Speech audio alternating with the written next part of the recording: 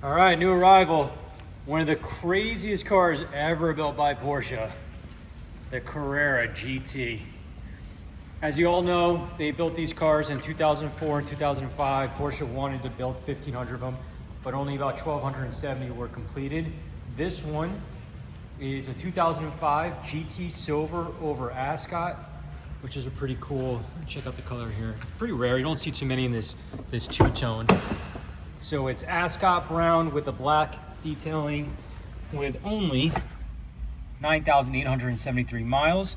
This car is incredibly well serviced. In fact, it just came back from getting serviced. Brand new clutch, all new fluids. This was all done in the last couple weeks. It is ready to rock and roll. And it comes with all the goodies. I have the window sticker, bunch of keys, the luggage set, which is over here.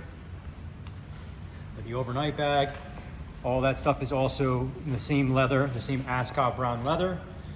Again, it is a 2005 Carrera GT in GT Silver over Ascot, fully serviced, ready to rock and roll, fresh clutch with only 9,800 miles.